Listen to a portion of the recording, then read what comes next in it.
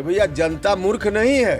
नीतीश कुमार जी जो चाहेंगे वह होगा जेडीयू में, या ललन सिंह जी के कहने से होगा। नीतीश कुमार जी को इन लोगों ने अब ऐसी स्थिति में पहुंचा दिया जहां उनका कुछ नहीं चलता है। नीतीश कुमार जी को यह उनको भी करना चाहिए कि अगर वह दल बदल करके सत्ता प्राप्त करते हैं तो उनको भी जनता के पास जा करके और फिर से जनता से मैंडेट। बीजेपी बिहार की राजनीति से जुड़ी बड़ी खबर सामने आ रही है, जहां एकाएक जेडीयू छोड़े उपेंद्र कुशवाहा से मुलाकात करने दिल्ली से लौटे भाजपा प्रदेश अध्यक्ष संजय जायसवाल उनके आवास में पहुंचे।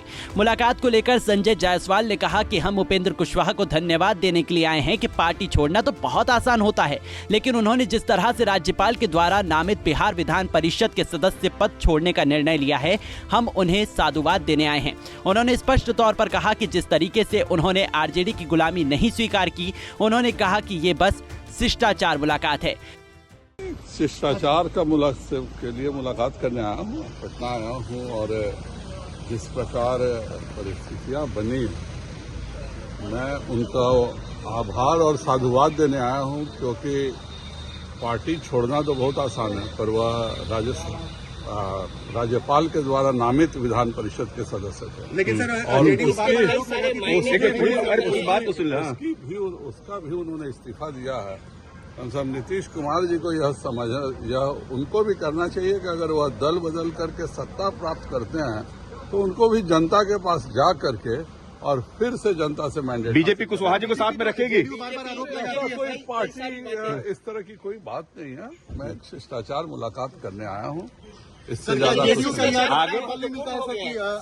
का सर ये आरोप आपको नहीं लगता है कि जो बार बार लगाते थे कि बीजेपी के संपर्क में उपेंद्र कुशवाहा भी साबित हो रहा है?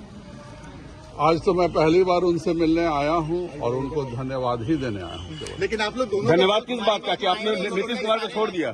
धन्यवाद किस बात का कि नीतीश कुमार को छोड़ दिया? मुझे लगता है कि जिन्होंने भी 1990 से 2005 तक लालू के जंगल राज के खिलाफ लड़ाई लड़ी है, उनको निश्चित तौर पर जरूर सोचना चाहिए कि हम क्यों लालू जी के बेटे की गुलामी कबूल कर रहे हैं। वहीं उपेंद्र कुशवाहा ने भी इस मुलाकात को शिष्टाचार मुलाकात बताया। कहा कि मेरी पार्टी बनाने के बाद सब कोई शुभकामनाएं देने पहुंच रहे हैं। क्या लोग आरोप लगाते थे, नहीं आरोप लगाते थे, उनकी बातों का जवाब देना बहुत आवश्यक नहीं है।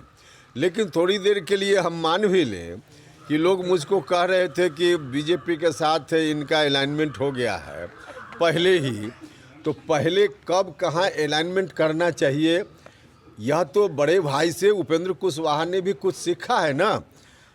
हम तो उन्हीं से सीखे हुए हैं राजनीति में बहुत सारी चीज़, अपने बड़े भाई आदरणीय नीतीश कुमार जी से।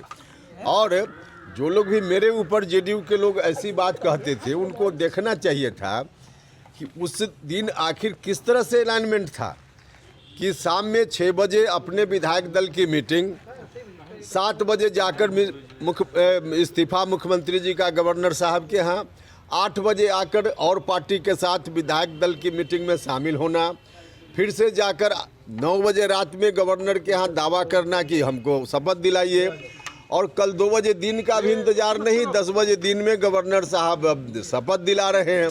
तो बिना अलाइनमेंट का होता था क्या?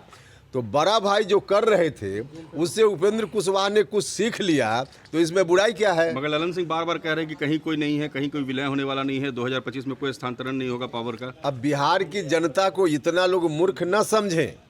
बिहार की जनता थोड़ी अशिक्षित हो सकती है, लेकिन इतना मूर्ख नहीं है जितना ये लोग समझते हैं। नीतीश कुमार जी ने एक बार नहीं अनेक बार घर में, कमरा के अंदर नहीं, पब्लिक डोमेन में महागठबंधन विधान मंडल दल की मीटिंग में सार्वजनिक रूप से कहा कि अगला अब तेजस्वी। तो नीतीश कुमार जी बोल रहे हैं, और ललन सिंह जी जब से हमने इस इशू को उठाना शुरू किया है, जब से हमारा विरोध हुआ है, तब उनके ऊपर दबाव हुआ और घबराहट हो गई कि अब जनता खैर ठिकाना हमारा लगा देगी। तो उसके बाद से उनका बयान ललन जी का अलग आ रहा है। अरे भैया, जनता मूर्ख नहीं है। नीतीश कुमार जी जो चाहेंगे वह होगा जेडीयू में, या ललन सिंह जी के कहने से होगा। और तय कर लें दोनों लोग कि नीतीश कुमार बड़ा नेता कि ललन सिंह जी बड़ा नेता, और इसको भी थोड़ी देर तक मान भी लिया जाए। तो हम तो यह कहते भी रहे हैं कि नीतीश कुमार जी को इन लोगों ने अब ऐसी स्थिति में पहुंचा दिया जहां उनका कुछ नहीं चलता है। लेकिन इस विषय में सच यही है कि डील पक्की है, डील हो चुकी है। उपेंद्र कुशवाहा के कदम से घबराहट में ललन सिंह जी को ऐसा कहना पड़ रहा है। हालांकि कहा जा रहा है कि संजय जायसवाल अपने नेतृत्व का मैसेज लेकर कुशवाहा के घर गए थे। भाजपा मान रही है कि कुशवाहा के अलग होने के बाद जेडीयू में कोई दम नहीं रह गया है। उपेंद्र कुशवाहा 2024 और 25 के चुनाव में बीजेपी के लिए फायदेमंद साबित हो सकते हैं। पटना से अभिषेक कुमार की रिपोर्ट। हमसे जुड़े रहने के लिए हमारे YouTube चैनल को सब्सक्राइब करें और नई वीडियो की नोटिफिकेशन के लिए बेल आइकॉन को दबाएं।